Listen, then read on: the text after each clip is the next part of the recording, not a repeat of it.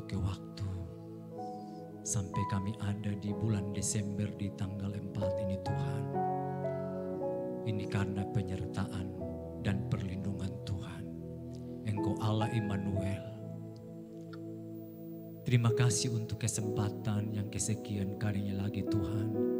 Kami masuk di dalam minggu-minggu Adventus. Dan ini minggu Adventus yang kedua. Biar roh Allah, roh Kristus Tuhan bicara buat kami.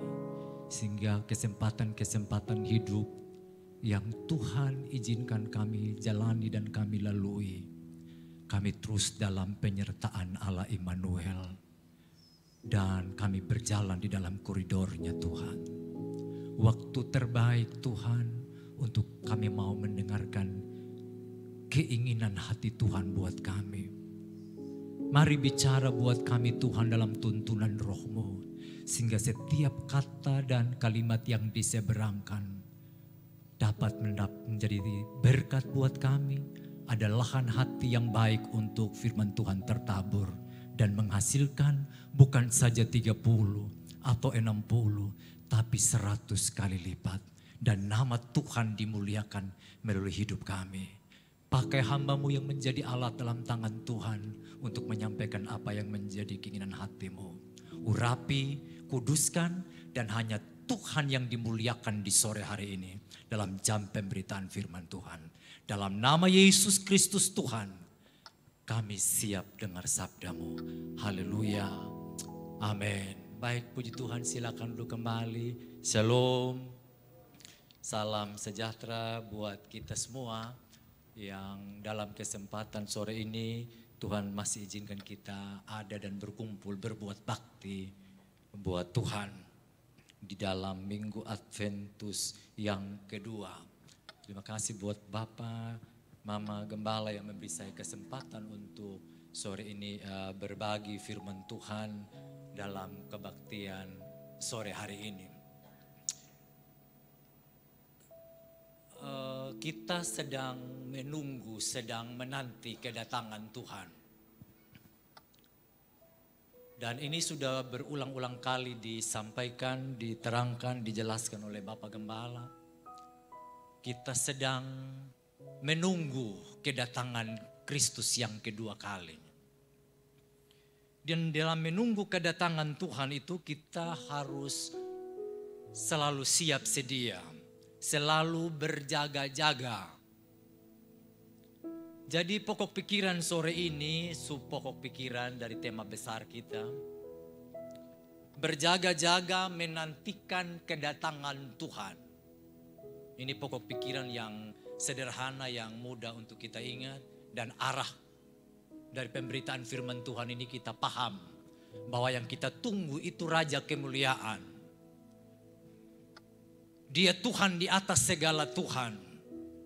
Dia Raja di atas segala Raja. Walaupun banyak orang sinis sampai hari ini.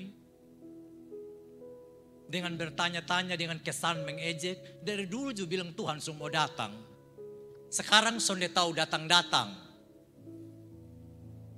Dan memang firman Tuhan bilang pada akhir zaman akan muncul, akan ada di mana-mana pengejek-pengejek. Dan sampai kepada soal kedatangan Tuhan, ya pasti ada pengejek-pengejek. Dan kita anak-anak Tuhan, anak-anak terang bisa paham itu kalau kita punya iman. Seperti yang disampaikan oleh Pastor Gerald, walaupun saya mengikuti dengan live streaming dari Bandara Haji Aro Busman Ende tadi pagi. Hanya orang yang punya iman, yang paham, yang mengerti. Walaupun banyak pengejek, walaupun banyak yang olok. Dalam Matius 24 ayat 37, mungkin bisa dimunculkan itu. Sebab sebagaimana halnya pada zaman Nuh, demikian pula halnya kelak pada kedatangan anak manusia. Waktu Nuh bangun bahtera, tidak sedikit pengejek-pengejek. Apalagi bangunnya Bahtera itu perahu besar, kapal besar itu bukan di tepi pantai, tapi di atas gunung. Nah itu sudah pasti menjadi olokan, menjadi bahan tertawaan. Masa bah datang, masa banjir besar datang. Tapi orang yang ada di dalam Tuhan, dia tetap menanti dengan sabar. Tetap melakukan apa yang menjadi bagian dia. Waktu dia disuruh buat kapal, dia tunduk taat melakukan seperti apa yang Tuhan perintah. Ini ayat bilang begini, sebab sebagaimana halnya pada zaman Nuh, demikian pula halnya kelak pada kedatangan Anak Manusia. Nanti pulang baru saudara baca ayat seluruhnya. Akan ada banyak pengejek, akan ada banyak orang yang menertawakan. Jadi dengan keadaan-keadaan yang seperti itu membuat banyak orang juga terbuai. Terlena dan hidup dalam keadaan yang tidak taruh hormat Tuhan. Dan waktu bah itu datang, hanya kurang lebih 8 orang yang terbungkus, terpelihara, ternaungi dengan sempurna. Semua ludes. Dan saya diberkati dalam satu kebaktian. Di salah satu kebaktian kunjungan. Waktu orang-orang yang mengejek, waktu orang-orang yang hidup di dalam dosa, waktu banjir besar itu datang, semua habis. Tapi saudara bayangkan, binatang yang tidak punya hak di sorga, binatang yang sebetulnya dibiarkan berkeliaran saja, mati juga selesai, tidak ada pengaruhnya buat Nuh sebetulnya. Tapi Tuhan taruh perhatian kepada binatang-binatang yang derajatnya, harkatnya, martabatnya sebetulnya di bawah manusia. Tapi semua dengan manusia, segala lini, dengan segala kedudukan, segala levelnya, dengan segala kecerdasannya, status sosialnya yang besar, yang luar biasa. Dan mungkin mereka juga kelompok pengejek waktu itu. Waktu banjir besar itu datang, semua habis. Lalu binatang-binatang terpelihara, terlindung bersama dengan 8 orang. Kalau dikasih konotasi tentang kerajaan sorga, binatang sebetulnya tidak punya tempat atau hak di sorga. Tapi itu sebuah gambaran. Makanya ini ayat bilang begini, sebab sebagaimana halnya pada zaman Nuh, demikian pula halnya kelak pada kedatangan Anak Manusia. Orang yang ada di dalam ketaatan, walaupun yang lain tidak taat, kelompok kecil di tengah kelompok mayoritas, biasanya di mana-mana mayoritas itu memberi pengaruh kuat kepada minoritas. Tapi kalau anak itu anak terang, gelap mau model bagaimanapun tetap berjalan di dalam terang. Ada amin. Ada amin. Saya bisa bayangkan saudara, waktu saudara dengar, saya dengar, lalu waktu kita renungkan firman Tuhan ini, seandainya waktu itu kalau kita waktu itu ada di tengah-tengah kelompok-kelompok seperti itu. Saya rasa juga mungkin kita jadi pengejek. Kalau kita tidak hidup benar, kalau kita tidak punya connect yang baik dengan Tuhan, walaupun mungkin rajin gereja. Sebab soal rajin gereja, rajin ibadah belum tentu jadi jaminan. Saya tidak bilang tidak boleh rajin gereja. Saya tidak bilang tidak boleh rajin persekutuan ini, persekutuan ini. Itu. Tapi bagaimana kita membangun hubungan yang luar biasa dengan Tuhan. Dan waktu Tuhan kasih perintah buat ini, menurut kehendak Tuhan, dilakukan dengan taat. Dibuat tingkat 3 seperti yang Tuhan perintah. Ukurannya juga jelas. Panjang 300 hasta, lebar 50 hasta, tinggi 13,5 meter. Jadi kalau 1 hasta itu 45 cm. Jadi kira-kira itu kapal pun panjang itu, bahtera pun panjang 135 meter. Di zaman itu dengan berbagai terbatasnya ilmu pengetahuan dan teknologi, tapi karena taat Tuhan, lakukan dengan setia. Dan waktu bencana itu datang, terlindung, terpelihara dalam perlindungan Tuhan.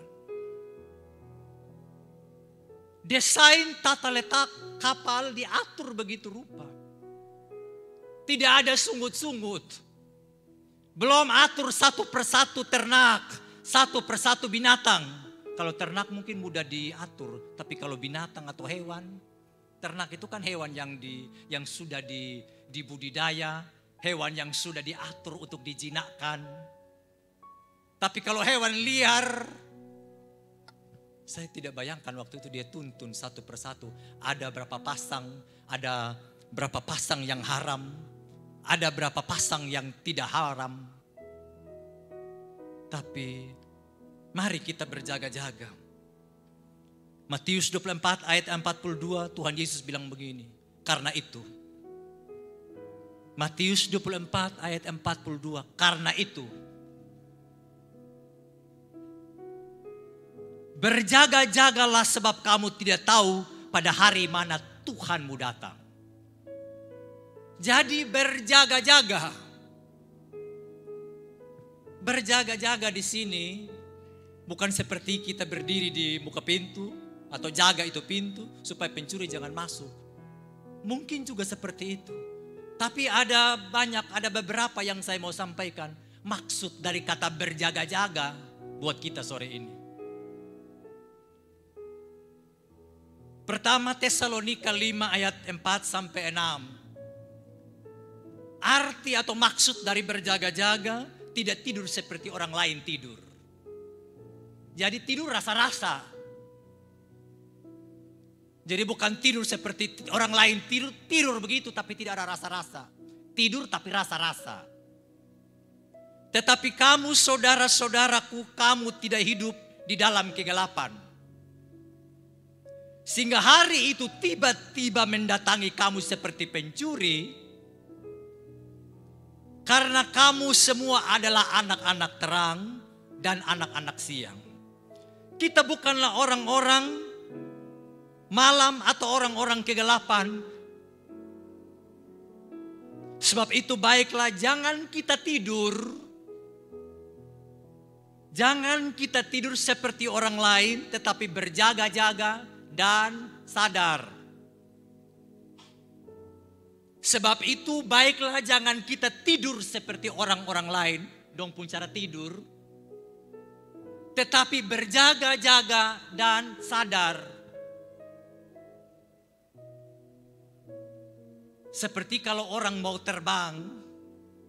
Biasanya Bapak dari Jakarta itu mulai jam 2 ya. Jam 2, jam 3. Nah itu kita sudah harus berjaga-jaga. Jangan sampai ketinggalan pesawat. Apalagi terbangnya pagi buta begitu. Batik yang langsung. Jangan jauh-jauh.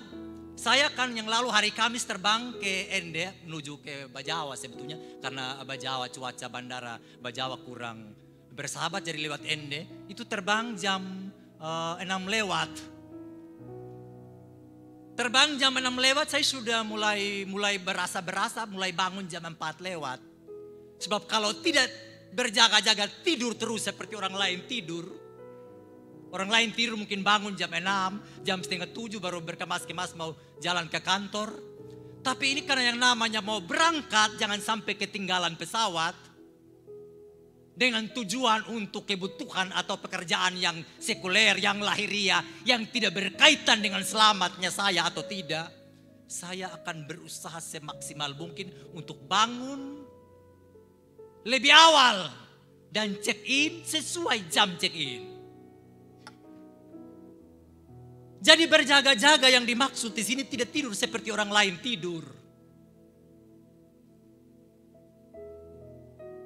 Orang lain tidur sudah tidak rasa-rasa lagi.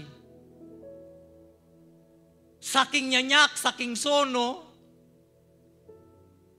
Sampai orang berteriak juga atau lalu lalang di sekitar dia juga.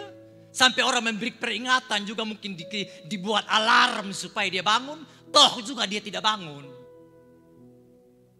Tapi Tapi kalau orang-orang milik Tuhan yang bilang tadi anak-anak siang, bukan orang-orang kegelapan, dia akan tidur tidak seperti orang lain tidur, tapi dia berjaga-jaga dan sadar. Tadi pagi di Bandara Ende, ada satu orang ibu, dia harusnya terbang dengan Citylink bersama dengan kami. Nah, karena jarak tiba antara Wings dan Citylink berdekatan, mam tua semangat. Dia check in online, dia langsung tanpa tanya-tanya, baru petugasnya tidak ada di gate, di pintu, langsung naik di pesawat Wings. Jadi kita kacau balau di situ. Mam tua tanpa tanya-tanya, saudara lihat, berjaga-jaga, tapi sonde sadar. Dia tidak sadar bahwa pesawatnya sebetulnya dia Citylink. Ini orang tidur sama kayak orang lain tidur. Jadi pempadan hidup sebetulnya, tapi dia sedang tidur tapi tidak jaga, tidak sadar. Tidur tapi tidak sadar. Akhirnya mesti calling, mesti cari, mesti kontak lagi dengan pesawat Wings. Mai tua turun, lalu semua dia menjadi pusat perhatian. Saudara, ibu-ibu yang mentereng, saya bilang kecuali mam tua ini baru kali penampilan bagus, makanya orang ibu-ibu mam tua mungkin dari negara keo yang pakai sarung mungkin. Ini penampilan keren, tapi naik tak salah pesawat. Makanya tadi saya bilang, saudara mau gereja 1 hari, 2 hari, 3 hari, 1 minggu gereja terus, mentereng, keren, tapi kalau roh ini tidak sadar, nanti keleleran, jadi bahan tontonan, jadi tertawaan iblis. Lu gereja pak, mentereng, necis pak, tapi tidak sadar. Lalu dipindahkan ke pesawat Citylink, lalu naik sama-sama dengan kita. Jadi itu kan bikin masalah. Kalau kita tidak sadar saudara, nanti kita bikin masalah. Orang yang tidur itu, yang tidur tidak sadar, nanti dia di pinggir tempat tidur juga dia sudah sadar. Sampai dia jatuh juga baru mungkin dia kaget. Dia bilang, aduh coba tadi beta tidur baik-baik, beta di pinggir, beta di tengah. Sambil beta rasa-rasa beta akan jatuh tak banting begini. Urat dong tak salah. Tulang dong sonde tak salah. Sudah jatuh baru menyesal. Sudah makanan setan baru menyesal. Sudah ada di tempat yang luar biasa ngeri. Lalu mulai minta Bapak, suruh itu Abraham. Kalau bisa dia kasih dia apa? Dia suruh orang-orang di bumi itu kalau bisa kabar Injil kasih saya pun saudara. Sudah dalam kondisi yang sangat mengenaskan baru mulai sadar. Tapi ingat anak-anak terang, amin. Orang-orang terang, orang-orang yang tidak ada dalam kegelapan, kalau dia tidur, dia berasa. Dia tidak tidur seperti orang lain tidur menurut ayat firman Tuhan tadi. Sehingga kalau bencana itu datang, seandainya itu bencana besar datang. Walaupun sebelum bencana itu datang tadi ada olokan, ada tertawaan, gereja terus, baca Alkitab terus, pasti itu ada. Tapi kalau kita tetap jaga dan sadar, kita tidak akan ketinggalan pesawat. Amin. Ada amin. Aduh son ada amin. Kalau berjaga-jaga dan sadar, kita tidak ketinggalan kereta. Kita tidak ketinggalan bis. Kita tidak ketinggalan pesawat. Sebab itu rugi besar lagi. Mesti pesan tiket baru lagi. Keluar uang baru lagi. Baik kalau ada hari itu ada pesawat lagi. Baik kalau hari itu ada kereta lagi. Cukup bayar mahal dengan begitu banyak. Jadi selagi ada kesempatan tidur dengan baik. Tapi rasa-rasa. Berjaga-jaga dan sadar.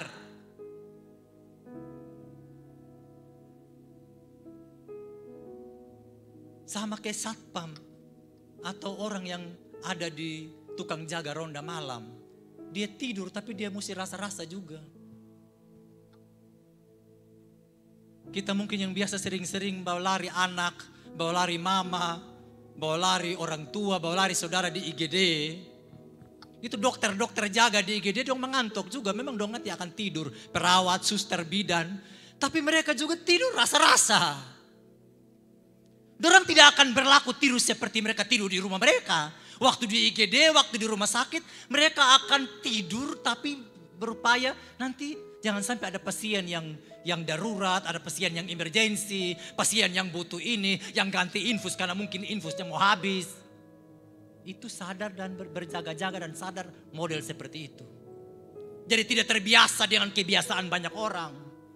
Tidak hidup biasa seperti kebanyakan orang hidup. Orang lain berdansa, potong juga berdansa. Orang lain putar balik, potong juga putar balik. Orang lain melakukan perkara-perkara kotor, kita juga lakukan perkara-perkara kotor. Saya tidak bayangkan ini kota Kupang ya. Ini kan sudah disebarkan di beberapa media sosial. Kota Kupang akumulasi dari 2020, 2021, 2022. Kasus terinfeksi HIV AIDS hampir 2.000 orang. 5.900 berapakah begitu? Laki-laki, perempuan. 1.905 kasus. Itu ada ibu rumah tangga, mama yang jadi tante-tante girang. Mama rumah tangga jadi tante girang. Itu 13%. Pekerja seks komersial PSK 10%. Dari kurang lebih 2.000 orang itu tadi. Lalu PNS 8%. Mahasiswa 6%. TNI Polri 5%. Angkatan juga ada. Supir, tukang ojek, sudah lihat. Petani, pelaut, buruh 5%. Lalu yang paling tinggi ini swasta. Konglomerat mungkin, pengusaha besar, sedang, menengah, sedang, kecil, pengusaha kecil. Pokoknya semua pengusaha atau semua yang berusaha, yang berwira swasta 20%. Dan mungkin karena terlalu banyak doi. Lalu lain-lainnya itu ada 9%. Ini mungkin yang baru terdata. Saya tidak bayangkan yang belum diambil datanya. Pasti lebih banyak. Ini karena apa? Kita berjaga-jaga tapi tidak sadar.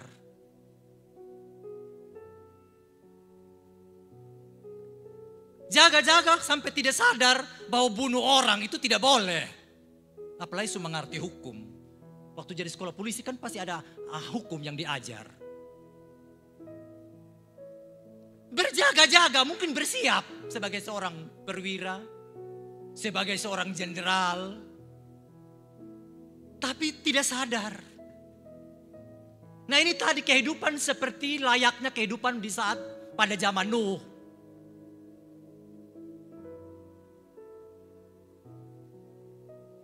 Tapi mari saudaraku yang kekasih dalam Tuhan.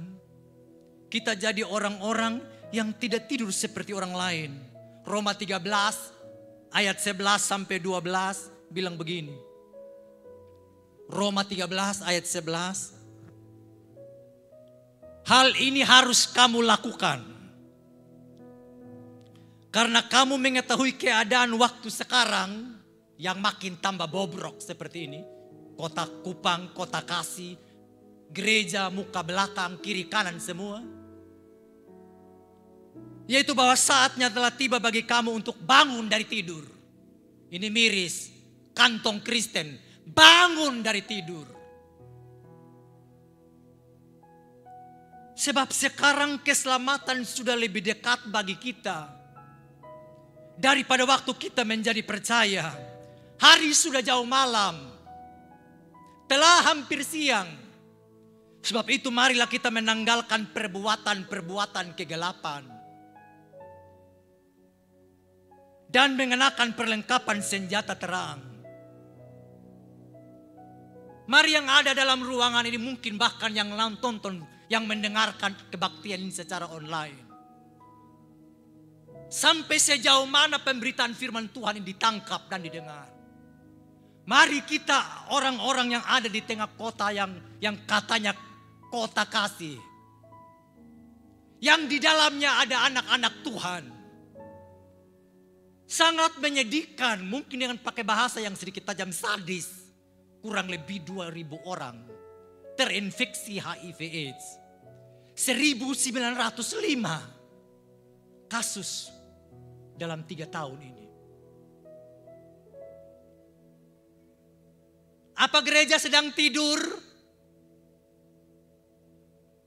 Apa gereja sedang meninabobokan jemaat? Apa kaum alim ulama sedang meninabobokan umat? Ini ayat bilang, sekarang bangun dari tidur. Kita sedang menanti kedatangan Tuhan. Dan satu kerinduan yang besar di negeri yang mulia itu, kita tinggal sama-sama dengan Dia. Semua kepingin tinggal di negeri yang mulia. Tapi kita tidur terus. Tidur tidak rasa-rasa. Tapi orang-orang di dalam Tuhan, hal ini harus kamu lakukan. Tidak boleh main-main, harus kamu lakukan. Karena kamu mengetahui keadaan, sudah tahu ini keadaan ya. Sampai dibuka begini.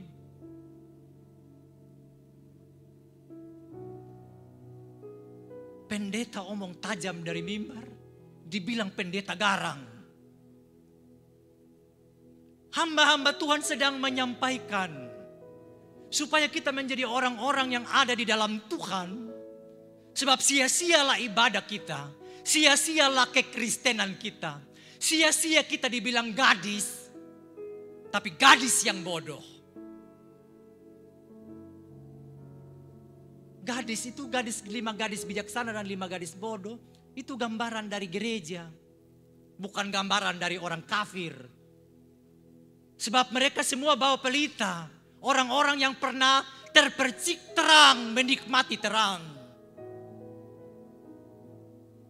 Tapi waktu pengantin belum datang, itu ayat firman Tuhan berkata, maka mereka semua tertidur. Tapi waktu tengah malam pengantin laki-laki itu datang, semua bangun. Tapi bangun dengan segala kesiapannya. Sebab itu marilah kita menanggalkan perbuatan-perbuatan kegelapan. Perbuatan kegelapan. Saya tidak bayangkan kalau yang 2.000 itu kontak lagi dengan orang lain. Pasti ini kan free sex. Sampai saya kaget, anak umur 5 tahun ikut terinfeksi. Jadi dia yang dari 1905 itu ada anak umur 5 tahun.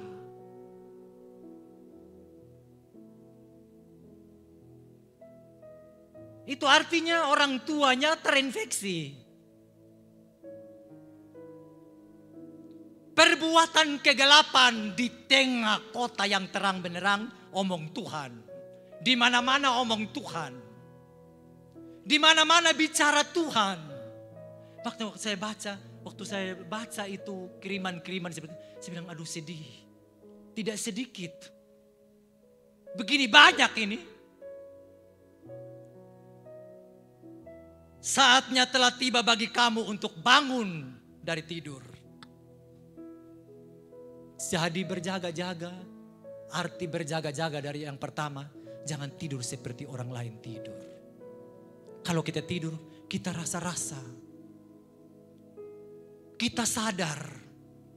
Jangan sampai kita salah masuk kamar istri orang lain. Ini kan sonde sadar, sempoyongan. Akhirnya punya pil. Akhirnya punya will. Punya selingkuhan.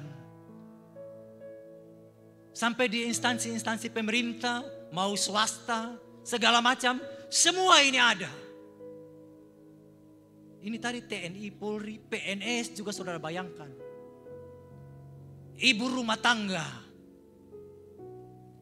tukang ojek, cari uang setengah mati, dapat uang ojek untuk perbuatan keji. Hari telah hampir siang. Mari kita berjaga-jaga dan mari kita sadar. Ada amin. Mari kita mulai introspeksi diri kita. Mungkin saudara bilang, beta sonde AIDS.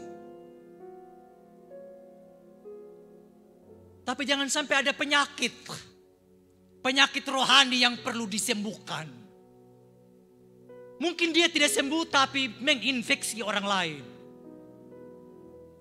Tutur bicara kita yang kena virus, yang kena bakteri, yang kena spora, yang kena kuman begitu, terhempas kepada orang lain. Jadi perilaku brutal kita terbagi, terser kepada orang lain. Cara berpikir kita yang gelap diikut oleh orang lain.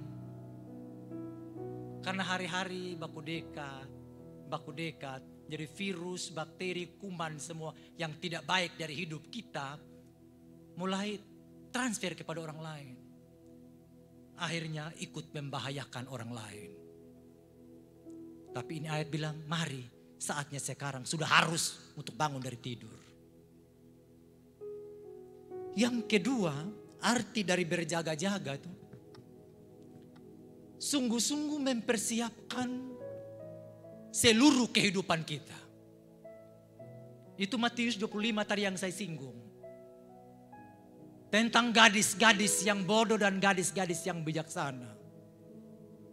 Berjaga-jaga, berwaspada itu artinya kita bersungguh-sungguh mempersiapkan seluruh kehidupan kita. Ini gadis-gadis bodoh ini bawa pelita tapi tidak bawa minyak. Tidak bawa minyak persediaan.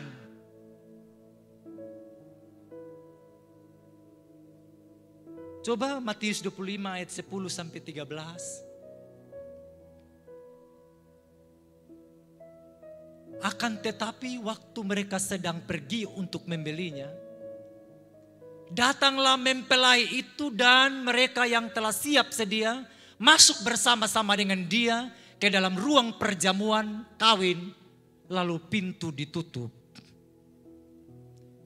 Kemudian datang juga gadis-gadis yang lain itu yang bodoh dan berkata, Tuan, Tuan, bukakanlah kami pintu. Tetapi mempelai laki-laki menjawab, aku berkata kepadamu sesungguhnya aku tidak mengenal kamu. Karena itu berjaga-jagalah sebab kamu tidak tahu akan hari maupun akan saatnya. Berjaga-jaga yang dimaksud di sini yang kedua, saudara, mari kita mempersiapkan seluruh kehidupan kita.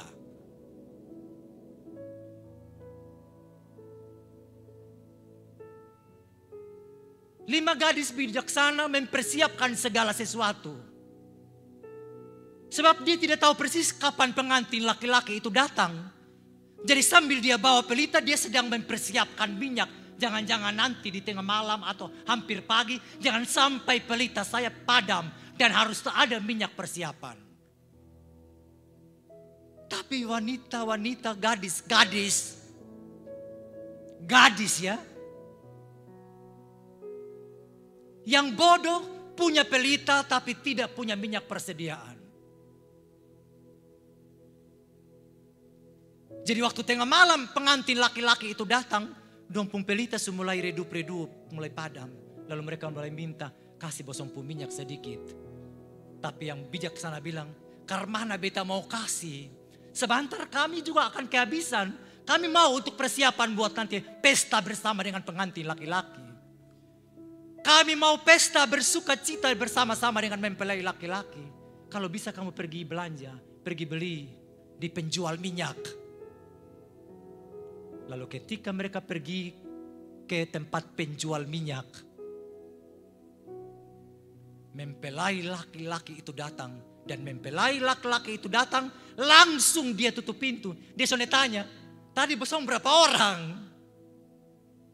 Tadi yang gereja berapa orang pagi jam 7? Yang gereja jam 9 berapa orang?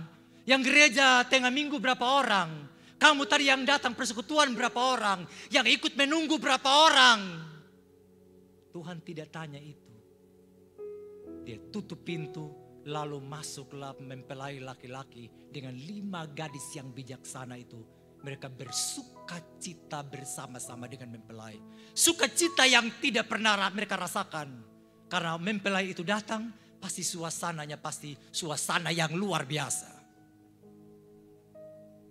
Tapi kasihan buat mereka yang tidak bisa masuk. Berjam-jam menunggu. Aktif menunggu. Ada menunggu. Tapi karena tidak punya kesadaran, berjaga-jaga tapi tidak sadar. Tidak sadar sebentar jangan sampai minyak saya habis. Nah kalau minyak saya habis, bagaimana dengan pelita saya? Nah orang sadar kan begitu. Yang setuju bilang amin. Orang sadar kan pasti berpikir, sebentar kalau saya tidak punya minyak persediaan, ke mana nanti? Nah karena banyak orang yang sadar begitu nanti masak. Masak nanti mesti pakai minyak. Makanya orang berdiri antri cari minyak tanah. Nah kalau orang sonde sadar buta kenop, tidak ada rasa apa-apa, cubi juga mungkin sonde rasa. Nah farek mau makan son makan, farek peduli amat, tidak ada minyak tanah juga peduli, dia diam. Tapi kalau orang yang sadar, dia bilang nah ini kompor semua udah habis. Ini tinggal mungkin masak 1 kali, minyak sudah habis. Dan orang bijak itu orang yang sadar. Yang tidak sekedar berjaga-jaga, tapi dia sadar juga. Dia akan berusaha bagaimana supaya sebelum terjadi sesuatu yang merugikan. Tidak bisa makan lalu nanti bisa mati. Dia harus berusaha untuk cari minyak. Dengan segala upaya. Mungkin kalau minyak tanya susah, mungkin dia berupaya cari gas. Orang sadar begitu, tapi kalau orang tidak sadar, dia biarkan jalan seperti biasa, tidur seperti orang lain tidur. Tidak mengerti apa-apa, tidak merasa butuh, tidak merasa perlu.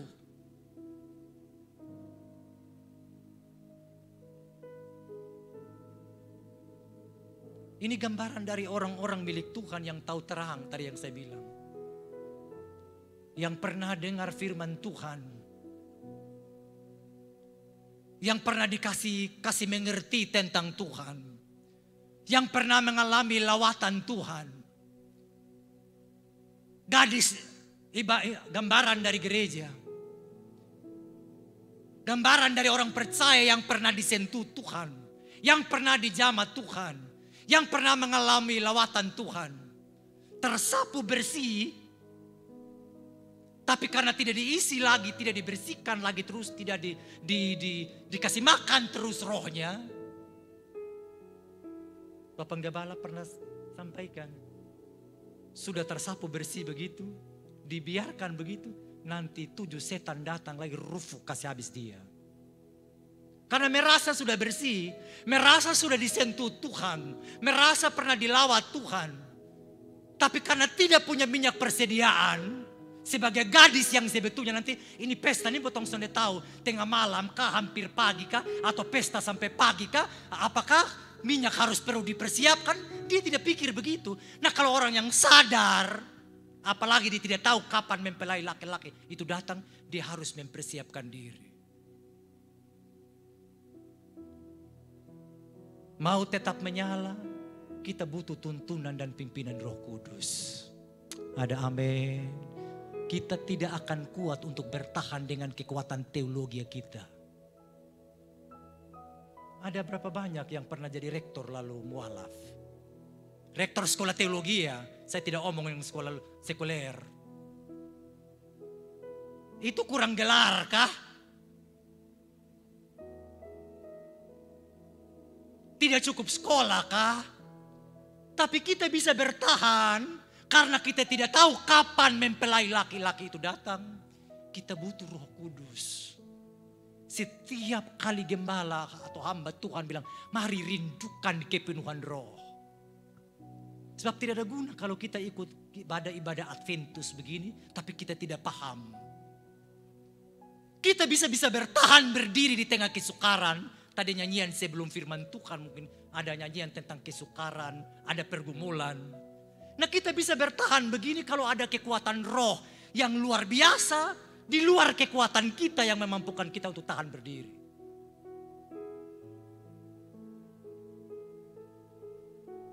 Ini minyak yang membuat pelita bertahan untuk menyala. Kalau tidak pestanya gelap gulita. Dan itu sangat tidak diharapkan Tuhan. Saya tidak mengharapkan listrik padam. Saya tidak mengharapkan waktu saya menyampaikan atau bicara dengan orang, mungkin 2 atau 3 orang dalam keadaan gelap. Apalagi dengan banyak orang seperti ini. Apalagi hati Tuhan tidak mau orang-orang miliknya ada dalam kegelapan.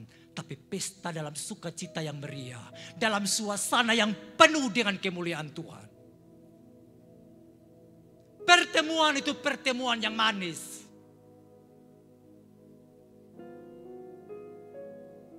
Pernikahan anak domba itu pernikahan yang luar biasa. Dan mau orang yang berjaga-jaga, saudara, dia harus akan mempersiapkan segala sesuatu. Ini ada pasangan-pasangan saya dengar mau dekat-dekat nikah. Kita juga yang sudah pernah menikah. Mau nikah saudara, yang paling ribet diurus itu mempelai laki-laki atau mempelai perempuan? Halo? Yang paling repot urusnya itu mempelai perempuan. Mau pedikur, mau menikur, mau lulur, mau apa segala macam lagi. Mau KPI, mau KKR, kebaktian kebangunan rohani.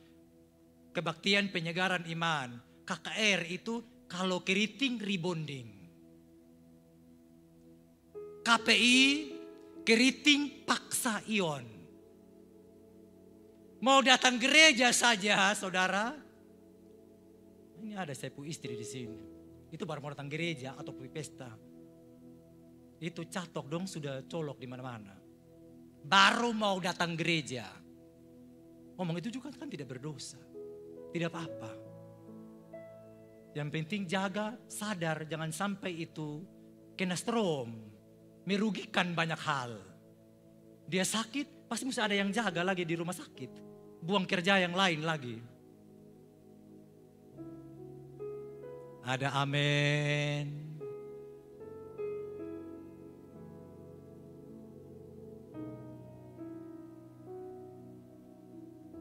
Mempelai perempuan harus dipersiapkan baik-baik. Model baju pengantinnya seperti apa. Nanti karena sekarang sudah tidak pakai sarung tangan kayak dulu. Mungkin pakai yang mengkilat di kuku dong seperti model hampir kayak kau lihat ada pakai sarung tangan tapi bukan sarung tangan. Macam-macam sekarang. Betul-betul dipersiapkan. Dan yang namanya pesta segala sesuatu dipersiapkan. Yang namanya pesta pernikahan. Kalau laki-laki itu ya cukuplah mungkin lulur dia sedikit. Habis itu kasih pakai dia jas. Kalau apa mungkin ada kasih sedikit selaber sedikit kok dia agak baku dapat yang perempuan. Dengan mempelai perempuan. Sehingga waktu mempelai perempuan terang bercahaya. Nyong juga agak sedikit bercahaya. Jangan sampai sugelap lah seperti timur dan barat. Utara selatan. Jadi itu orang yang atur, yang tata. Begitu rupa dia menata. Supaya pestanya orang bilang wah pesta pernikahan ini baik. Pesta pernikahan ini agung. Pesta pernikahan yang bermartabat. Karena pengantin perempuannya betul-betul didandan dengan baik. Dan dandan itu saudara memerlukan tenaga, waktu, uang yang banyak. Ada harga yang harus dibayar. Yang setuju bilang amin. Menjadi mempelai perempuan yang ikut dalam pesta pernikahan anak domba sebagai mempelai perempuan, ada harga yang harus kita bayar. Tidak main-main. Tidak sekedar jadi mempelai perempuan. Lu kena onslak sidu-sidu. Lalu bukan dia saja yang orang cibir. Orang bilang siapa yang kas pakai? Padahal mungkin yang kas pakai so atur dia baik-baik. Tapi dia yang mungkin bikin sebentar air mata keluar. Sebentar dia garus sana garus sini hanya rusak. Padahal yang kas pakai ada baik-baik. Mungkin pendeta so omong ulang-ulang kepada kita untuk memperbaiki kita. Dia tata kita rohani kita supaya kita kelihatan menarik. Orang lihat juga kita rohani, orang dengar kita rohani juga, orang dengar kita punya hati tentang Tuhan, hidup tentang Tuhan, orang dengar. Pendeta mungkin so omong, tapi kita kadang-kadang kita yang nakal. Masuk di telinga kiri, keluar pi mana? Keluar pi telinga kanan. Akhirnya menjadi pesta yang amburadul. Pernikahan yang amburadul. Dan Tuhan tidak akan suka, pasti akan terganggu dengan mempelai yang model begini. Yang tidak punya minyak, tidak punya persediaan minyak. Kita tidak bisa bilang, saya sungguh-sungguh sudah baca Alkitab. Lalu kita juga tidak perhatikan kondisi jiwa kita. Rohani kita mungkin sudah kasih makan, baca Alkitab, menyembah, tambah dengan bahasa roh sedikit lah. Tapi kalau jiwa ini sedang mengalami gangguan, emosi tidak dikontrol, pikiran yang tidak dikontrol oleh Tuhan. Jiwa itu kan ada pikiran, kemauan, keinginan, perasaan, emosi, intelek. Semua ada di situ. Suka baca Alkitab, suka berdoa, suka bahasa roh. Tapi kalau kita pun jiwa terganggu, emosi yang terganggu, kepahitan, dendam, amarah, tidak mengampuni, sombong, tidak peduli orang lain, tidak punya belas kasihan kepada orang susah, tidak punya hati bagaimana orang lain dijangkau dan diselamatkan, hanya urus diri sendiri, hanya mau cari selamat sendiri, sedangkan di depan mata ada orang yang harus perlu kita jangkau. Saya rasa juga bukan itu maksud Tuhan. Seluruhnya harus disiapkan. Pertama Tesalonika 5 ayat 23. Pertama Tesalonika 5 ayat 23. Semoga Allah damai sejahtera menguduskan kamu seluruhnya. Dan semoga roh, jiwa dan tubuhmu terpelihara sempurna dengan tak bercacat. Ayat selanjutnya, kalimat selanjutnya. Pada kedatangan Yesus Kristus Tuhan kita. Jadi roh, jiwa, tubuh. Roh terjaga, jiwa juga harus terjaga, tubuh juga harus terjaga. Saudara baca Alkitab, tapi tidak makan, tidak minum, bahaya buat ginjal kalau tidak minum. Tidak makan berbahaya juga buat kesehatan. Lebih parah lagi tidak jaga makan, jamu. Jaga mulut. Yang bikin kita sakit-sakitin kadang-kadang juga kan tidak jaga mulut. Apa saja masuk. Tahu hipertensi, makan semua. Tahu hipotensi, makan semua. Tahu kolesterol, makan semua. Ini bilang tubuh ya, roh, jiwa dan tubuh. Terpelihara sempurna. Dengan tak bercacat. Semua tidak boleh cacat. Tubuh dikasih makan, tubuh dikasih minum. Minumnya makannya cukup, jangan makan berlebihan. Jangan balalas. Saudara mungkin tidak merokok, tapi waktu setiap kali sendok, orang lain yang lihat juga tahan napas dan tarik napas. Gunung. Bayangkan kalau anak Tuhan itu makannya gunung. Saya tidak bayangkan. Dia sonde rokok, dia bilang beta sonde mabuk, beta orang pinkster. Saya orang pentakostal karismatik. Tidak merokok, baptisnya selam. Tapi makannya seperti makan yang membabi buta. Makan tidak taruh hormat Tuhan, akhirnya nanti buang percuma. Makan dikontrol semua, roh, jiwa, tubuh terkontrol sempurna. Bukan terkontrol separuh-separuh, sempurna terkontrolnya. Tidur juga cukup. Olahraga juga cukup. Sekali-sekali naik tangga, jangan lift terus. Bayangkan ada pendeta besar di Denpasar, mau jalan 10 kilo pulang dari Malang. Saudara kan pasti nonton itu. Bapak Gembala habis kasih training di Malang, turun ke Denpasar, lalu pagi-pagi itu bisa mau jalan sepanjang jalan. Sebelumnya di Kota Kupang kan beliau sudah jalan, kita semua sudah dengar. Jadi saudara, roh kita baca Alkitab, itu video bilang begitu. Setelah saya membaca firman Tuhan berapa pasal, sekarang saya jalan kaki. Nah, olahraga juga perlu, tubuh juga perlu olahraga. Dia makan, dia istirahatnya cukup, dia olahraga, dia baca firman Tuhan, dia menyembah, dia punya connect secara rohani dengan Tuhan. Sekarang setelah jiwanya baik, tubuhnya juga mesti baik. Yang setuju bilang amin. Aduh, amin fals. Kebanyakan mungkin tidak mau olahraga. Karena tinggal tendes lantai 4. Cek sampai. Sekali-sekali naik tangga. Atau kalau tadi datang takut. Hosa, ya pakai lift. Tapi kalau turun, kalau bisa pakai tangga. Sebab itu olahraga. Malah kita secara kesehatan diperlukan satu hari itu kalau bisa 10.000 langkah. 10.000 langkah. Itu kurang lebih. Jadi tubuh, jiwa, roh ini harus terpelihara sempurna. Semoga Allah damai sejahtera menguduskan kamu. Dia kasih kudus roh. Dia kasih kudus jiwa kita, dia kasih kudus tubuh kita. Istirahat, makan yang cukup. Berikanlah kami pada hari ini makanan kami yang secukupnya. Jadi jangan makan berlebihan. Garam juga tidak boleh berlebihan. Tidak boleh juga, tidak boleh makan garam. Semua serba cukup.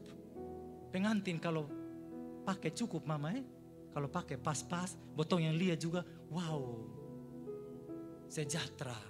Tapi kalau pakai berlebihan, itu pengantin perempuan di muka kayak setan. Karena semua yang berlebihan, pokoknya kalau semua yang berlebihan itu pasti sudah baik. Makan berlebihan tidak baik.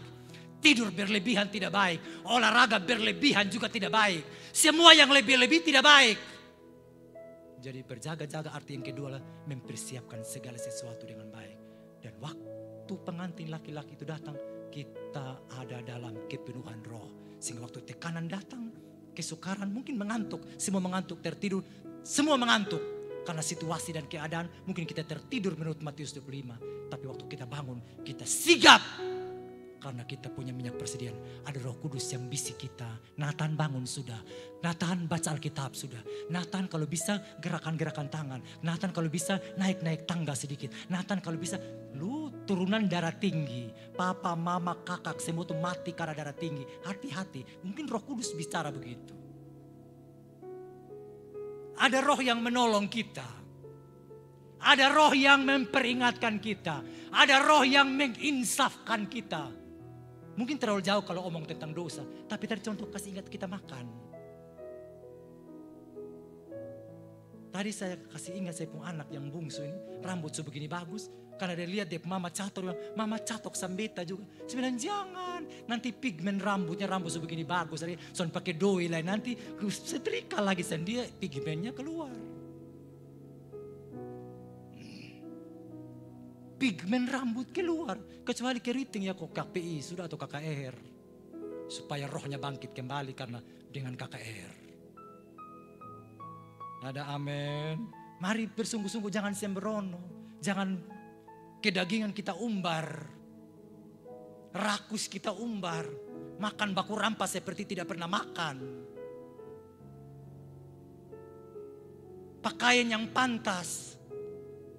Itu juga menyangkut tubuh saudara. Saudara baca Alkitab, kasih mungkin 1 tahun bisa 3 tahun, 1 tahun 3 kali baca dari Kejadian sampai Wahyu. Tapi kalau saudara lenggang sampai di mana-mana juga pakai tidak pantas, saudara percuma baca Alkitab. Nah itu Alkitab punya itu firman Tuhan, saudara jadi buat apa sama saudara? Dia ajar apa saudara? Pakai tidak pantas. Sebetulnya makin rohnya bagus, pengertiannya, rohnya yang sadar, akal budinya, pengertiannya kayaknya makin baik. Orang yang makin baca Alkitab, yang makin dengar Alkitab, yang makin merenungkan firman Tuhan, perilakunya, cara pakainya, cara omongnya makin lebih pantas, bukan makin lebih sembrono. Ada amin. Jangan pakai sembunyi bilang begini, Tuhan lihat hati jadi botong pakai telanjang justru apa-apa. Kecuali saudara suku di Papua, tapi Papua sekarang justru pakai baju. Atau mungkin sama sekali saudara tidak ada baju. Tapi kalau sudah pakai baju, kasih lubang sana, kasih lubang sini. Lalu orang yang lihat juga menjadi sak. Nah kita anak Tuhan, apalagi kalau pelayan.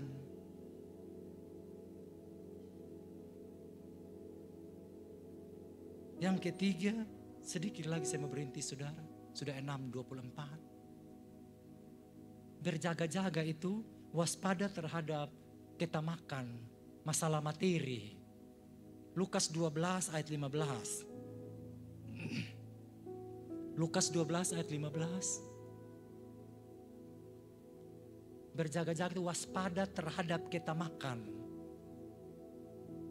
Katanya lagi kepada mereka, berjaga-jagalah dan waspadalah terhadap segala kita makan. Sebab walaupun seorang berlimpah-limpah hartanya, hidupnya tidak tergantung daripada kekayaannya itu. Kemudian ia mengatakan kepada mereka suatu perumpamaan, katanya, ada seorang kaya tanahnya berlimpah-limpah hasilnya. Ia bertanya dalam hatinya, apakah yang harus aku perbuat? Sebab aku tidak mempunyai tempat di mana aku dapat menyimpan hasil tanahku. Jadi dia pun tanah banyak. Lalu tanahnya ini menghasilkan juga yang tempat hasil yang limpah. Nah dia pikir dalam hati, dia tanya dalam hati, nah ini hasil ini nanti kita taruh di mana? Tanah banyak, nah tanah yang banyak juga menghasilkan hasil yang banyak. Lalu dia tanya dalam hati, nah nanti beta hasil ini nanti beta taruh di mana? Lalu katanya, inilah yang akan aku perbuat. Aku akan merombak lumbung-lumbungku dan aku akan mendirikan yang lebih besar. Dan aku akan menyimpan di dalamnya segala gandum dan barang-barangku. Sesudah itu aku akan berkata kepada jiwaku, jiwaku, ada padamu banyak barang tertimbun untuk bertahun-tahun. Bertahun-tahun lamanya, beristirahatlah, makanlah, minumlah dan bersenang-senanglah. Tetapi firman Allah kepadanya, hai engkau orang bodoh, pada malam ini juga jiwamu akan diambil daripadamu. Nah, apa yang telah kau sediakan, untuk siapakah itu nanti? Demikianlah jadinya dengan orang yang mengumpulkan harta bagi dirinya sendiri, jikalau ia tidak kaya di hadapan Allah. Berjaga-jagalah dan berwaspadalah. Berjaga-jaga yang dimaksud saudara, sebelum Tuhan datang ini. Mari kita berwaspada dengan semua kepercayaan yang Tuhan anugerahkan kepada kita. Apa yang Tuhan kasih, mungkin uang kah? Mungkin jabatan kah?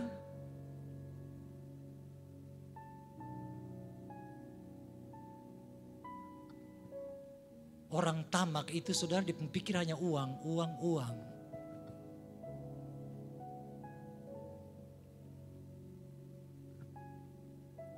Di ayat 17 dia bilang, dia tanya dalam hati, apa yang harus aku perbuat? Sebab aku tidak mempunyai tempat di mana aku dapat menyimpan hasil tanahku. Dia sudah tidak punya tempat untuk simpan hasil tanah. Jadi dia bilang, saya mau rombak semua. Lumbung-lumbung. Artinya untuk dia pun diri. Sebetulnya kalau seperti itu, kan dia mesti bagi dengan orang. Nah kalau hasil sudah timbun di tanah milik sendiri, supono begitu, kasih orang lain dong yang perlu. Berbagi kepada orang lain. Sebelum Tuhan datang. Jangan tamak. Jangan rakus. Tadi saya sudah singgung. Ini mungkin persoalan lahiriah, tapi persoalan rohani.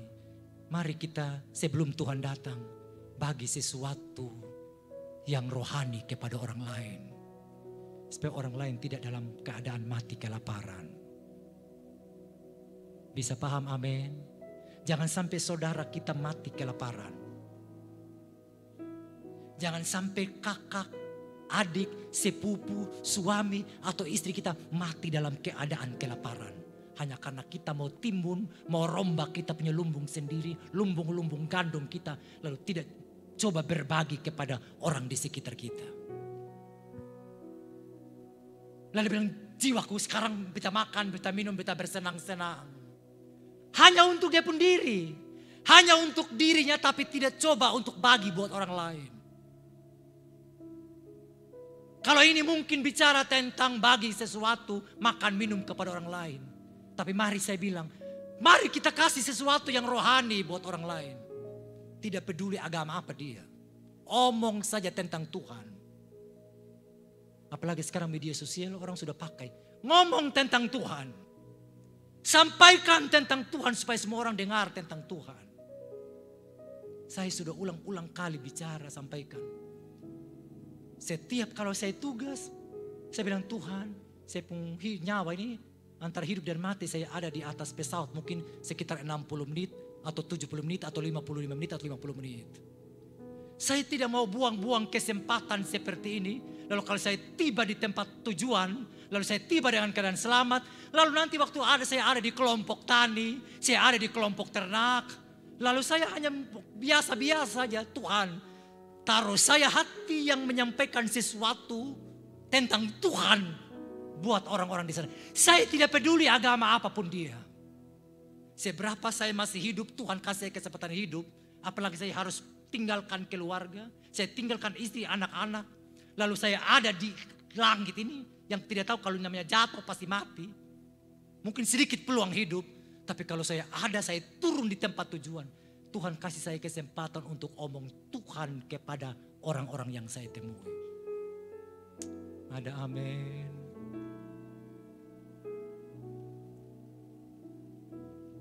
Mungkin kita berpikir nanti orang tidak suka.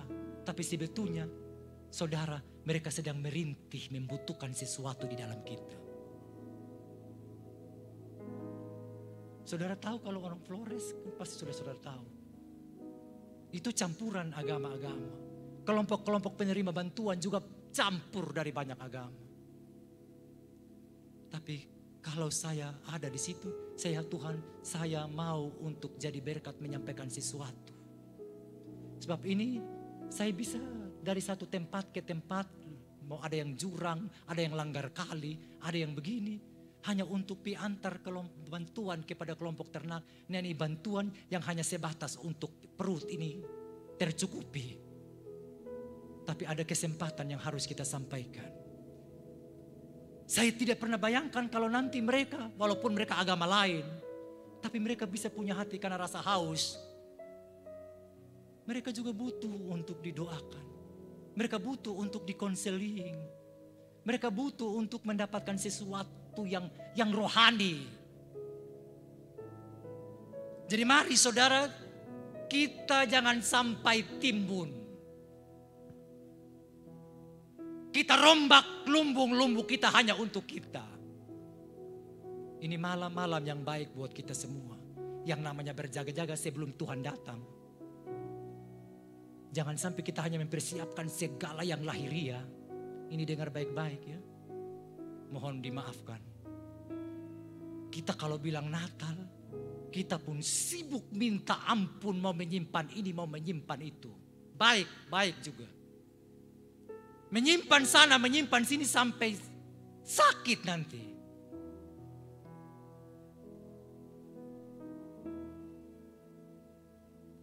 Mungkin duduk terlalu lama, mungkin menata ini, menata itu, bikin ini, bikin itu, ganti gordin juga pakai waktu itu. Tata itu apa lagi? Bunga yang menyala-menyala, itu pohon yang menyala-menyala juga pakai waktu. Itu kalau duduk terlalu lama juga mengganggu pinggang, mengganggu ginjal. Nah kadang-kadang kita terlalu sibuk dengan yang begitu, sampai kita lupa roh kita juga untuk kita jaga. Nah kalau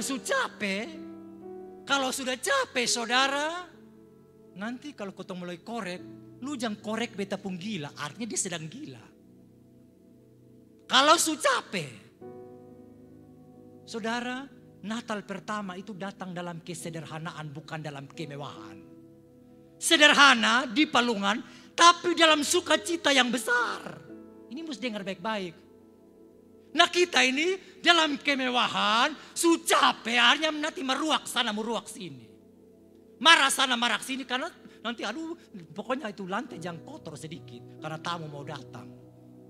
Tapi kalau Tuhan datang biar kotor juga, biar marah juga, kenapa apa? Yang penting tamu datang jangan cibir bahwa hidup rumah udah dolek. Tapi roh tidak dibersihkan.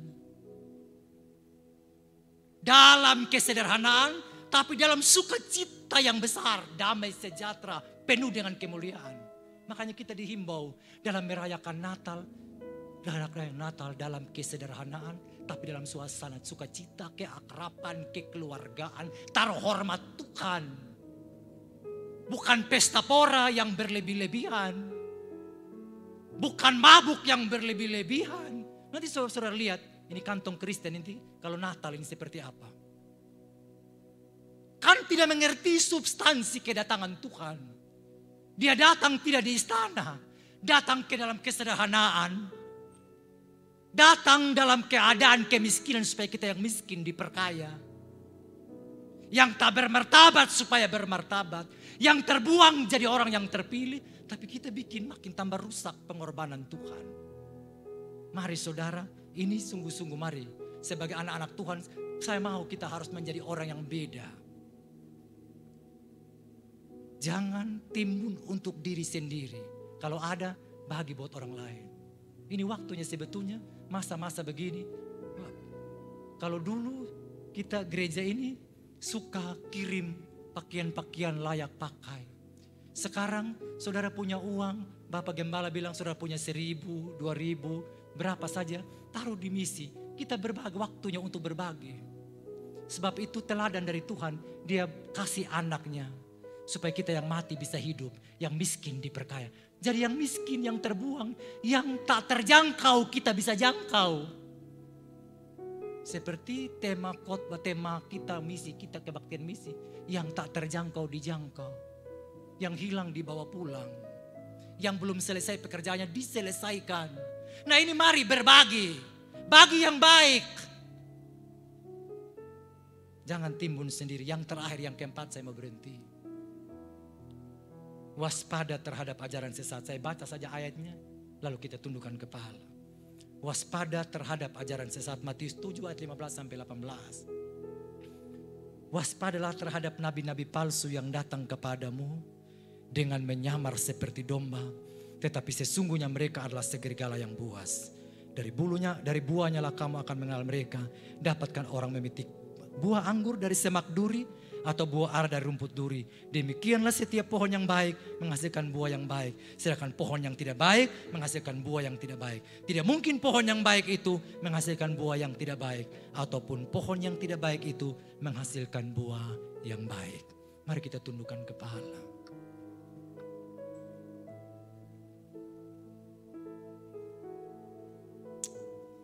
Di akhir zaman ini pasti akan ada banyak ajaran yang menggiring kita kepada kesesatan. Beberapa minggu sebelumnya Bapak Gembala juga sudah singgung ini. Mungkin Adventus yang pertama. Ada banyak nabi palsu akan datang. Ada banyak Mesias palsu datang. Dia bilang di dalam Matius 7 ini, waspadalah terhadap nabi-nabi palsu yang datang kepadamu, yang menyamar seperti domba. Tapi sebetulnya sungguh-sungguh mereka adalah serigala yang buas. Tundukkan kepala. Jaga rohani kita. Jaga jiwa kita. Jaga tubuh kita. Kita persiapkan diri kita baik-baik. Seperti mempelai perempuan dengan segala persiapannya yang baik untuk sebuah pernikahan yang agung. Mau bertemu dengan mempelai laki-laki. Mari mempelai perempuan mempersiapkan diri seluruhnya. Sempurna roh, jiwa dan tubuhnya. Haleluya.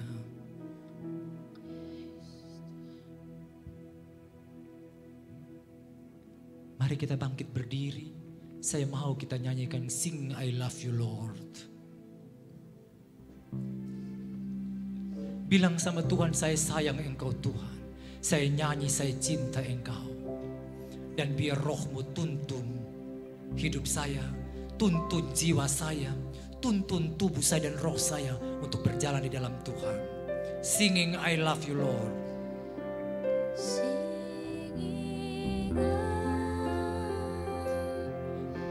Love you. Singing Love you, Lord. Singing love you, Lord Jesus, I love. Singing I love you Lord. Waktu sepenuhnya saya serahkan kepada Bapa Gembala. Nyanyi dengan sungguh-sungguh. Singing I love you Lord. Ya, Yesus, haleluya. Singing I love you Lord. Singing Ya, mari Bapak Gembala. Ya, katakan kepada Tuhan, saya nyanyi, saya cinta Engkau Tuhan. Biar saya berjaga-jaga, saya sadar dan waspada. love you, Lord Jesus, I love you.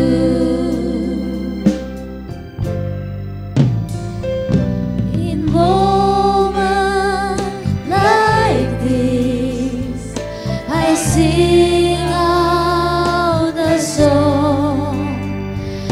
I sing out a love song to Jesus.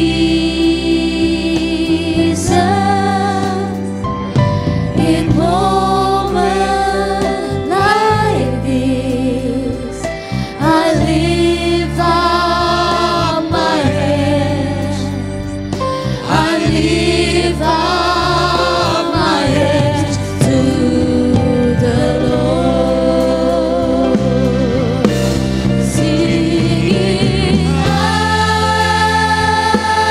love you, Lord. Singing, I love you, Lord. Singing, I love you, Lord Jesus, I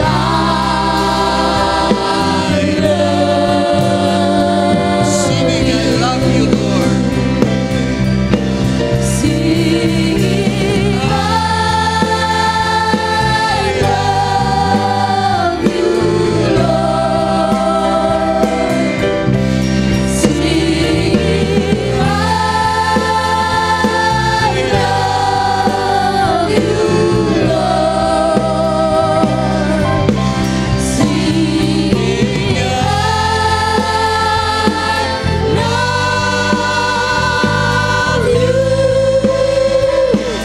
Lord Jesus, I love you. Bapak, Ibu, dan saudara-saudara,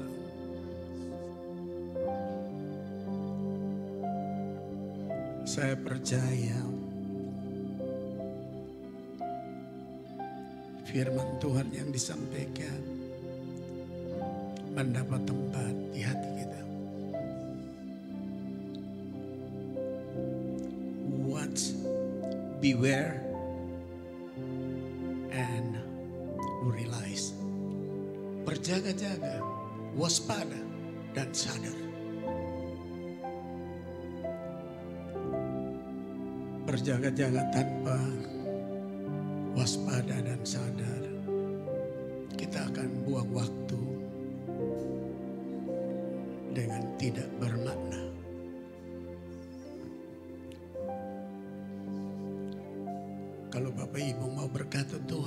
tolong saya supaya tidak sekedar berjaga-jaga, tapi saya waspada dan sadar. Karena kita tidak tahu waktunya, kedatangannya. Dan karena kita tidak tahu, kita minta Tuhan tolong kita. Kalau Bapak Ibu mau berkata, Tuhan tolong kita, tolong saya sebagai ibu, bapak, pemuda, pemudi, aktivis gereja. Saya undang saudara, angkat tangan mulia hadapan Tuhan bersama gembalamu. Dan mari kita berkata, Tuhan tolong kami. Bapa di sorga, ini kami semua.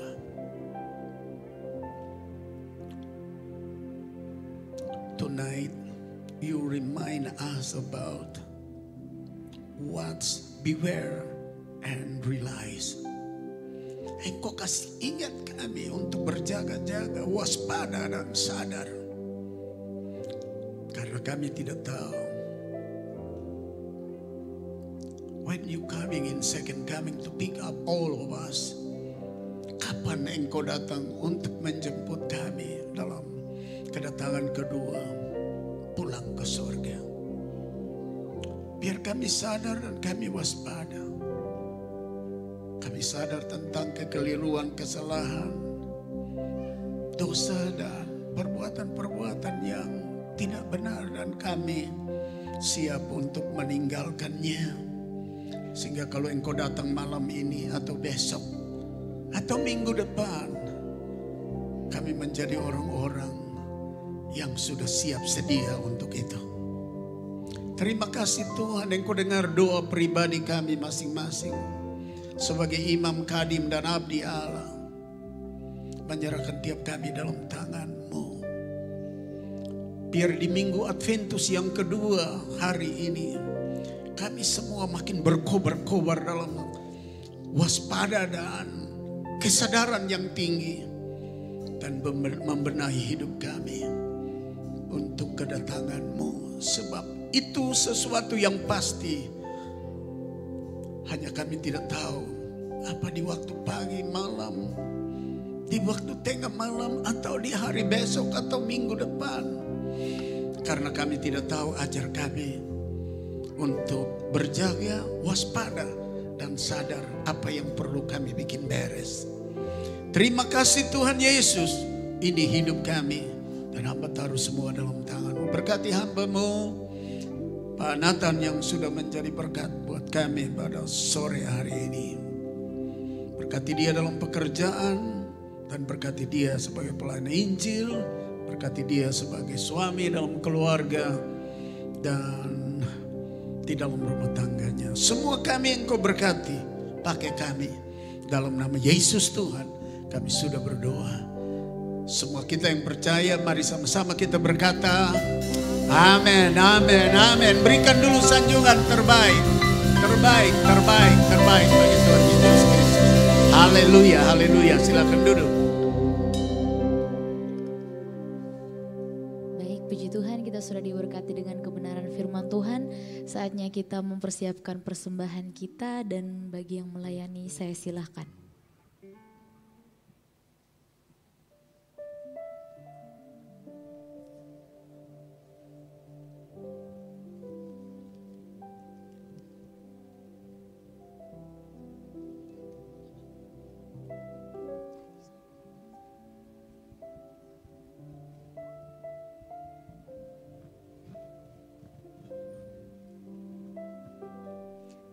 Baik Bapak Mama, kita sebelum memberikan persembahan, mari kita satu hati dalam doa.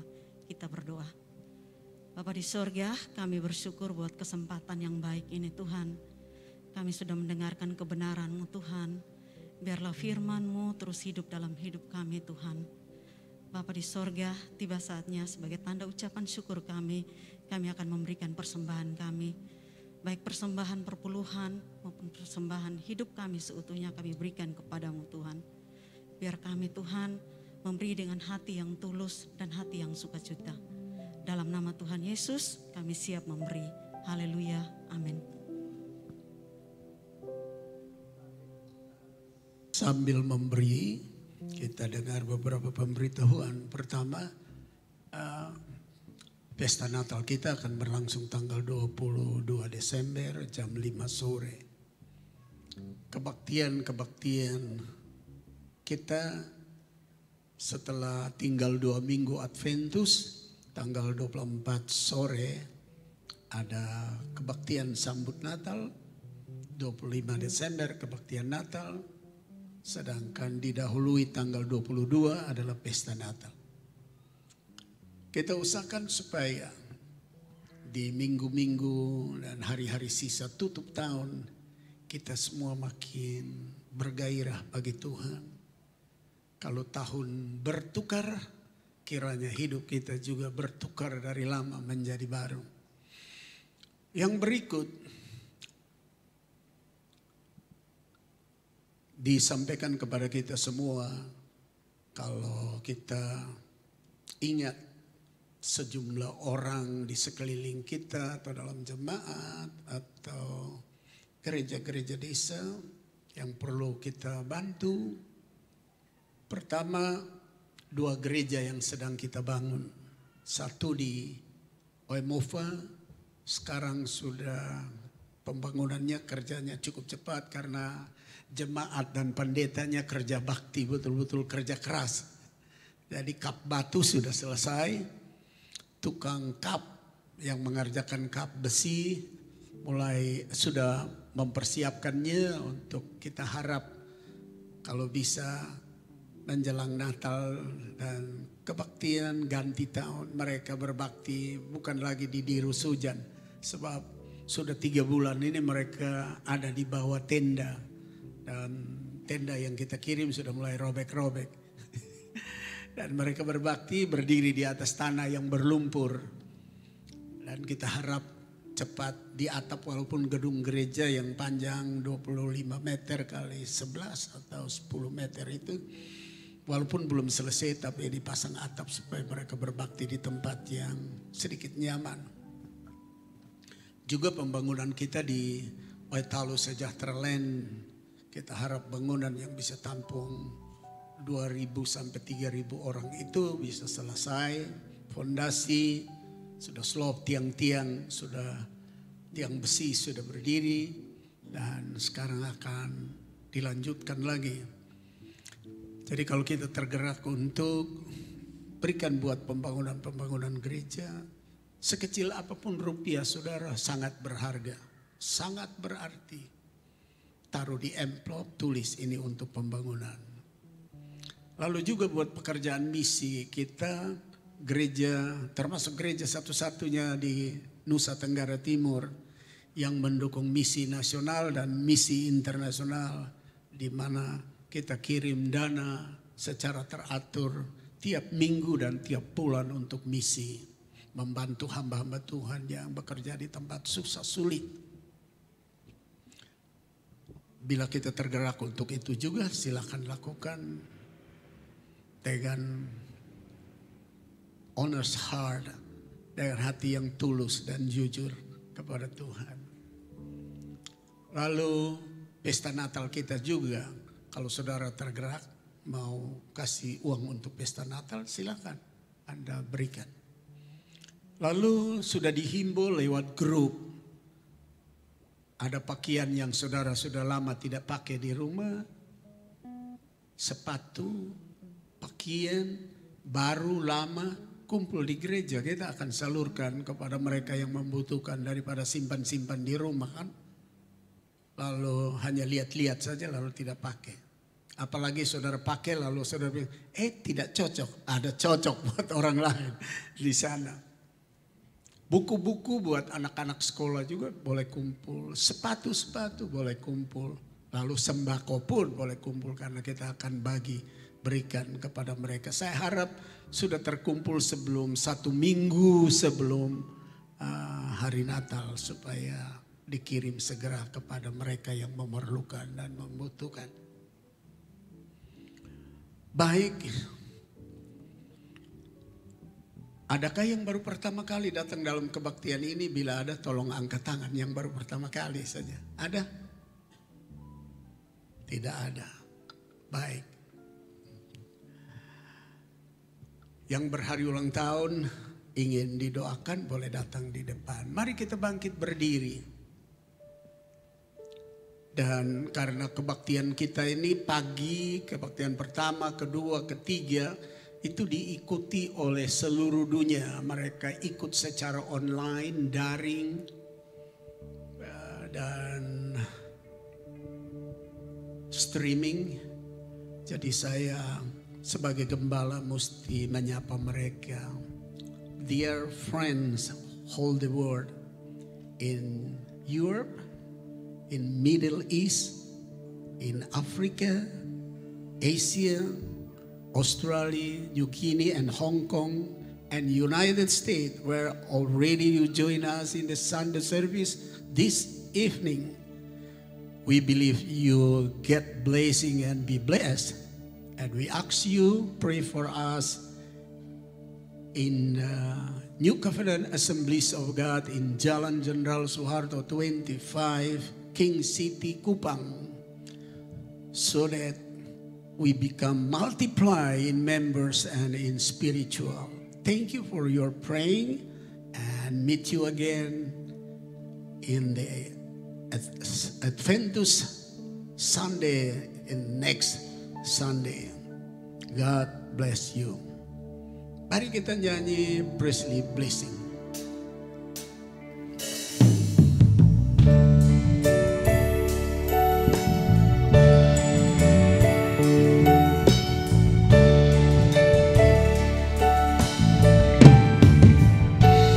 The Lord will bless you. The Lord will keep you. The Lord will make His face to shine upon you. The Lord will bless you. The Lord will keep you and be gracious unto you. The Lord will bless you. The Lord will keep you. The Lord will make His face to shine upon you. The Lord will bless you. The Lord will keep you and be gracious unto you. And He will give you peace. And He will give you peace. And He will make His face shine upon you.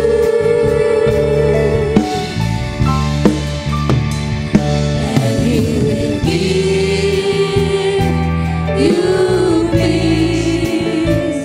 And He will give you peace.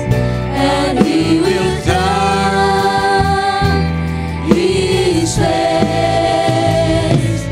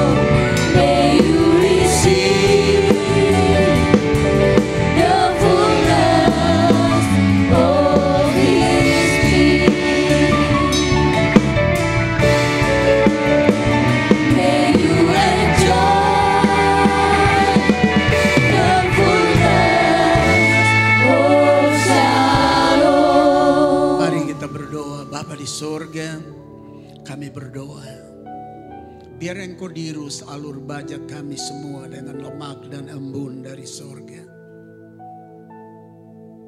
Bagi jemaat yang belum punya pekerjaan, Engkau buka pekerjaan bagi mereka. Para janda, balo, yatim piatu, Engkau cukupkan keperluan mereka. Kami berdoa buat janda-janda yang masih muda, yang kemungkinan menikah masih ada. Tuhan tolong supaya mereka menikah dengan baik, supaya mereka tidak menodai kehidupan mereka dengan kehidupan janda yang mempermalukan atau mengganggu rumah tangga orang lain. Juga para duda yang selayaknya mereka menikah, Tuhan tolong supaya mereka menikah dengan baik, sehingga tidak menjadi pengganggu rumah tangga orang atau anak-anak perempuan atau istri orang. Sehingga gereja kami punya kesaksian yang baik di tengah masyarakat dan di marketplace. Kami berdoa Tuhan Yesus buat orang muda dalam gereja ini. Tolong supaya pergaulan mereka sopan santun dan memberi kesaksian yang baik bagi banyak orang muda lain. Sehingga banyak orang muda bisa terlepas dari jeratan-jeratan iblis dan setan untuk hidup tidak senonoh. Kami juga berdoa buat para suami, para istri, supaya ada damai sejahtera dalam rumah tangga, sehingga memberi kesaksian yang baik bagi pasangan-pasangan yang lain. Beri mereka juga sebagai ayah dan ibu pandai dan cerdas. Hikmat dari pihak Tuhan ada di dalam mereka mendidik anak-anak mereka dan cucu-cucu mereka untuk mengasihi Tuhan, mencintai Tuhan, mencintai orang tua dan menghormati orang tua, supaya umur mereka dikasih panjang di atas bumi dan mereka diberkati selama mereka ada di atas bumi. Kami juga berdoa Tuhan Yesus buat jemaat yang sakit, Ibu Getledo yang sakit, Tuhan jamah sembuhkan dia. Bapak Manase Laning juga Tuhan jamah sembuhkan dia. Beberapa saudara lain yang sakit Tuhan jamah dan sembuhkan mereka. Semua kami Tuhan berikan kesehatan yang prima, dan kesehatan yang prima ini kami pakai menyelesaikan tugas-tugas yang Tuhan berikan kepada kami. Terlebih kami pakai bagi kemuliaan Tuhan dan menjadi saksi yang baik. Terima kasih Tuhan. Minggu-minggu Adventus di depan kami dan hari-hari di mana kami akan jalani, di mana kami memperingati kelahiran-Mu, dan kami akan mengakhiri 2022 ini. Biar kami terus ada di dalam keadaan berjaga-jaga, waspada dan sadar di dalam perkara rohani yang sangat penting, dan yang berikutnya tentang hal lahiriah kami, supaya tubuh, jiwa dan roh kami punya kesaksian baik dan ada dalam keadaan fit rohani. Terima kasih Tuhan Yesus. Cukupkan seluruh keperluan kami. Terima kasih Bapa. Now before you going home, raise your hand and your heart to the Lord. Sebelum pulang rumah, angkat tanganmu dan hatimu kepada Tuhan sekarang. And now receive grace, blessing, gift, love, and compassion from our Lord God the Creator. Sekarang terimalah berkat, kasih karunia, rahmat dan anugerah serta belas kasihan dari Allah Bapa Sang Pencipta, and from Jesus Christ our Savior, dan dari Tuhan Yesus Juru Selamat kita, and Holy Spirit Parakletos and Comforter, dan Roh Kudus Parakletos dan Roh Penghibur itu, now till the end of your life, mulai dari sekarang ini sampai ujung jalanmu, till Jesus coming back in second coming to pick up all of us going to heaven, dan sampai Tuhan Yesus datang kali kedua menjemput kami semua pulang ke surga. All this blessing we receive in Jesus name. Seluruh berkat ini kami terima dalam nama Tuhan Yesus Kristus. Semua kita yang percaya, mari sama-sama kita berkata amin, amin. Shalom, selamat malam, Tuhan Yesus memberkati.